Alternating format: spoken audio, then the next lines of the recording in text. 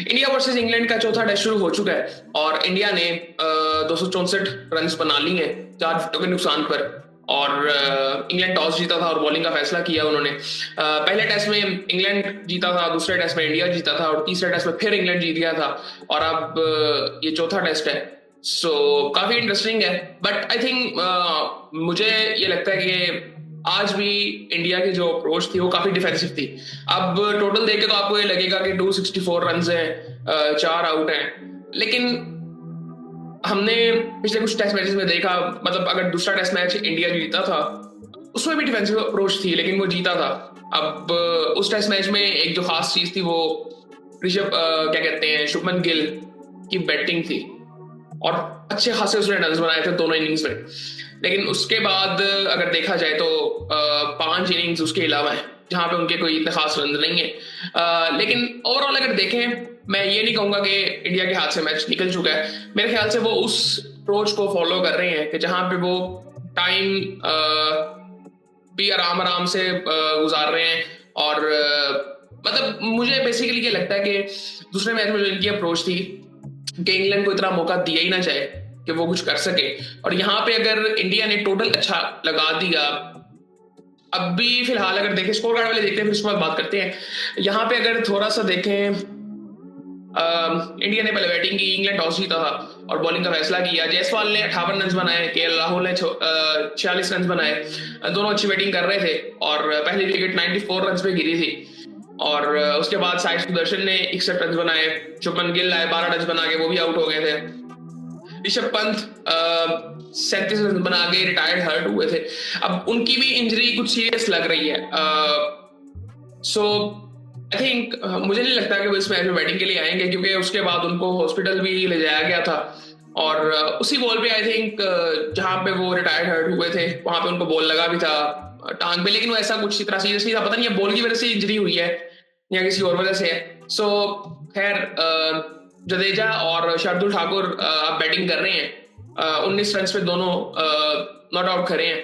और इसके बाद अगर देखा जाए तो वॉशिंगटन सुंदर है, फिर अंशुल कंबोज है, फिर सहराज और बुमराह।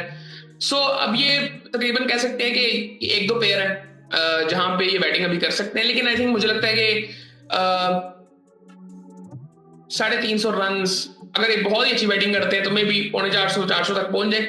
लेकिन मुझे लगता नहीं है कि इतनी आगे जाएगी इनकी बैटिंग। अच्छा पिच थोड़ा सा ना ऐसे जैसे ड्राई है थोड़ा सा, रुक भी शायद रहा था बॉल। डॉसन ने भी एक आउट किया, डॉसन आज खेल रहा था।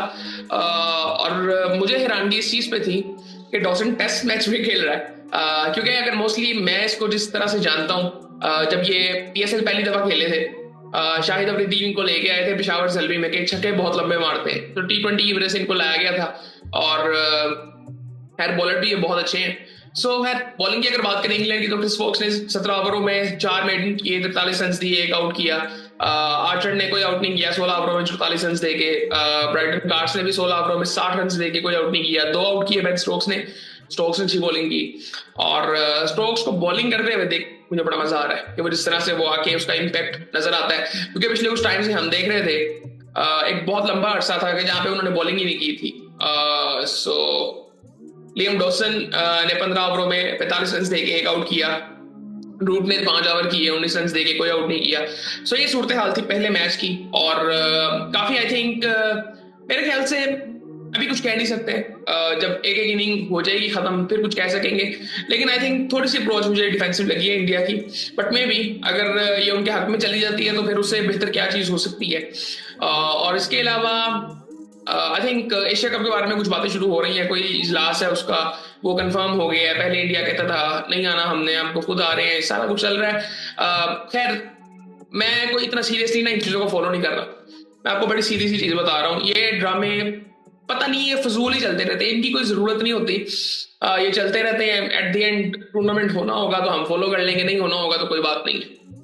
सो बड़ी सीधी सी बात यह है, मैं कई दफा बात कर चुका हूं कि आईसीसी का रोल जनरली क्रिकेट में बहुत अहम होना चाहिए जो कि नजर नहीं आता। वो इन्फ्लुएंस वो एक तरह से नजर आता है और उसकी एक वजह मुझे लगती है कि बिजनेस मॉडल भी है, जो कि मैं ये तो नहीं कह सकता कि बहुत खराब है बिजनेस मॉडल, एक चेंज होना चाहिए। ब्रॉडकास्टर की मर्जी होती है मोस्टली। और अब उसमें ब्रॉडकास्टर्स देखें तो मोस्टली इंडियंस होते हैं, क्योंकि उनके पास व्यूअरशिप वहां पे सबसे ज्यादा है क्रिकेट की। सो इस वजह से वो कंट्रोल उनके पास जाता है। सो अब है, काफी चीजें होती है और बड़ी अजीब सी चीजें हैं। इन चीजों को देखे ना कोई मजा नहीं आता। वो ऐसे बंदे को देखे लगता है कि यार हम इस गेम को गेम के लिए देख रहे हैं। सो ये मसले डिस्कस क्या हो रहे हैं मोस्टली क्रिकेट के बारे में। सो आई थिंक मैं इतना को सीरियसली इन छोटी छोटी चीजों को, एक दिन न्यूज आती है कि ऐसा होगा, दूसरे दिन न्यूज आती है कुछ नहीं होगा, ये चीजें चल रही हैं। आई थिंक मुझे लगता है कि जब चीजें कंफर्म होती जाएंगी तो फिर हम उसके बारे में बात करेंगे। अब ये इजलास अगर होता है, पहले तो ये बात शुरू हो गई थी कि इजलास इंडिया ने मना कर दिया तो वो भी क्या कहते हैं एशिया कप भी हो सकता ना हो। तो ये बातें भी शुरू हो गई थी। मतलब ये देखें ना आप, मेरे ख्याल से हम सबको ये देखना चाहिए कि इससे क्रिकेट का नुकसान होता है कि फायदा होता है। मेरे ख्याल से पिछले कुछ सालों से क्रिकेट को सिर्फ नुकसान हो, कोई फायदा नहीं हुआ। आप टॉप 3 टीम्स की बात अगर करते हैं, ऑस्ट्रेलिया, इंग्लैंड और इंडिया, मैं उस लिहाज से बात कर रहा हूं जिनका से बहुत ज्यादा, जिनका इन्फ्लुएंस बहुत ज्यादा है आईसीसी में। मोस्टली इंडिया का है और बहुत बड़ा गैप है दूसरे नंबर का जिनका इन्फ्लुएंस है, क्योंकि उनके पास भी ऑडियंस तो नहीं है ना ऑस्ट्रेलिया और इंग्लैंड के पास। टेक्नोलॉजी में वो काफी बेहतर होते हैं, ऑस्ट्रेलिया बहुत आगे होता है टेक्नोलॉजी में। लेकिन अगर देखा जाए ओवरऑल तो जो बिजनेस मॉडल जो सूट करता है वो इंडियंस की वजह से है। सो खैर वो कमर्शियल सेंस भी एक बनानी होती है जिसकी वजह से ये इन्फ्लुएंस पैदा होते हैं और बायस टेक हो जाता है फिर कि जी इंडिया को हमने सपोर्ट करना है। सो वो भी फिर उस तरह से कर रहे होते हैं। लेकिन आई थिंक ये चीजें उनको देखनी चाहिए, इससे जनरली क्रिकेट को नुकसान होता है। और आवाजें जब ये बड़े बोर्ड नहीं उठाएंगे तो फिर इतना खास कुछ हो नहीं सकता।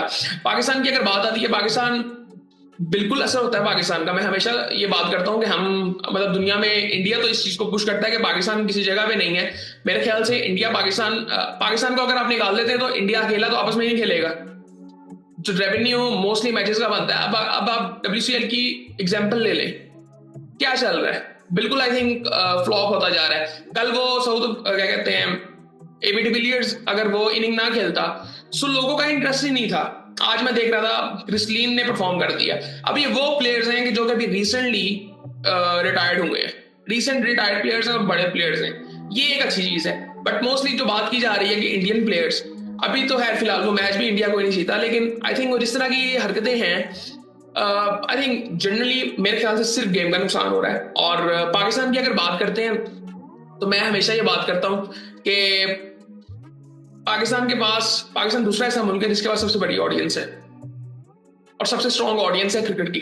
सो उसको आप बिल्कुल साइड पर कर ही नहीं सकते। और ये जो बातें की जाती है ना रेवेन्यू की, रेवेन्यू भी ये जो आप इन बोर्ड्स की बात करते हैं, ऑस्ट्रेलिया, इंग्लैंड, न्यूजीलैंड और पाकिस्तान, इन सब के रेवेन्यू तकरीबन थोड़े बहुत ऊपर नीचे हैं। ये कोई इतना ज्यादा नहीं, हमारा तो बहुत ज्यादा इनसे होना चाहिए आइडियली क्योंकि हमारी ऑडियंस बड़ी है। लेकिन वो मुल्क जो है ऑस्ट्रेलिया और इंग्लैंड, वो इकोनॉमिक उनकी सिचुएशन बहुत बेहतर है जिसकी वजह से वो मतलब हम मतलब फिर भी बराबर है ना। बात तो ये आती है कि फिर भी बराबर है।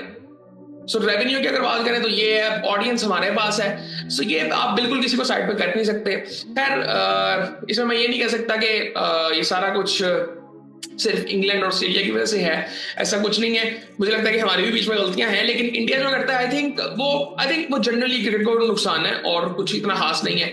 लेकिन आई थिंक इस पर अपनी इतनी बात की जा सकती है। मुझे नहीं लगता कि इससे कुछ फर्क पड़ता है। हम इस दुनिया के बारे में जिस तरह से सोच रहे हैं कि जी सब कुछ हल हो जाएगा, ये एक बड़ी सीधी सी बात है। एक कमर्शियल सेंस, एक बिजनेस मॉडल वो बहुत इम्पैक्ट डालता है मोस्टली चीजों पे। और ऊपर से हमारे जो आईसीसी का इदारा है, मुझे इसकी कोई वैल्यू नजर नहीं आती इस वक्त। कुछ नहीं कर रहा, सिर्फ मुझे एक ऐसी बॉडी नजर आती है जो कि आईसीसी के टूर्नामेंट ऑर्गेनाइज करती है, दैट्स इट, और कुछ भी नहीं है। उसमें भी बहुत इन्फ्लुएंस होता है इंडिया का। सो आई थिंक ये सारी चीजें हैं और ये मसले चलते रहेंगे। मुझे लगता है कि हमें कई दफा ना मोस्टली इन चीजों को सीरियस नहीं लेना चाहिए। आम यूजर को नहीं सीरियस लेना चाहिए क्योंकि इन्होंने हमें सीरियस नहीं लिया हुआ, इन्होंने जो ये काम करते हैं उसको सीरियस नहीं लिया हुआ। सो हम इनको सीरियस क्यों ले रहे हैं। सो जितना मतलब गेम की हद तक हम गेम को देखें, इनको इनकी हालत पे छोड़ दें। एक दिन क्या न्यूज आ रही होती है, दूसरे दिन क्या न्यूज आ रही होती है, ये चीजें चलती रहेगी और एट द एंड वही होना है जहां पे पैसा चलेगा। ये सिंपल सी बात है। और वो इन्फ्लुएंस इस वक्त इंडिया का है और ये रियलाइजेशन जब तक ये 2-3 बड़े बोर्ड जो हैं इनको नहीं होगी, पाकिस्तान तो उसके बारे में हर बात करता रहता है, लेकिन ये न्यूजीलैंड, साउथ अफ्रीका भी हो गया, ऑस्ट्रेलिया, इंग्लैंड, स्पेशली इंग्लैंड अगर बात करेगा, ऑस्ट्रेलिया अगर बात करेगा, इनका बहुत इंपैक्ट होगा। मतलब इंडिया अब इनको भी नहीं कहेगा कि हम तुम्हारी बात नहीं मानेंगे। ये 2 बोर्ड्स अगर पुश करेंगे इंडिया को तो इनको बात माननी पड़ेगी। इनको मतलब फिर खेलेगा इंडिया किसके साथ? इंडिया फिर आईपीएल पूरा साल करवाता रहेगा। अभी भी आप अगर देखते हैं तो क्या क्रिकेट हो रही है, गिनती के मैचेस अब होते हैं। आज हमें T20 की वजह से ये तो नजर आ रहा है कि इटली भी अब T20 वर्ल्ड कप खेलेगा। ये बातें बड़ी एक साइड से बड़ी अच्छी लगती हैं, बट ओवरऑल अब देखें तो क्रिकेट को इतनी ज्यादा बेहतर हुई नहीं है। सो खैर ये बातें हम करते रहेंगे, बाकी फिर आपसे बात होती है।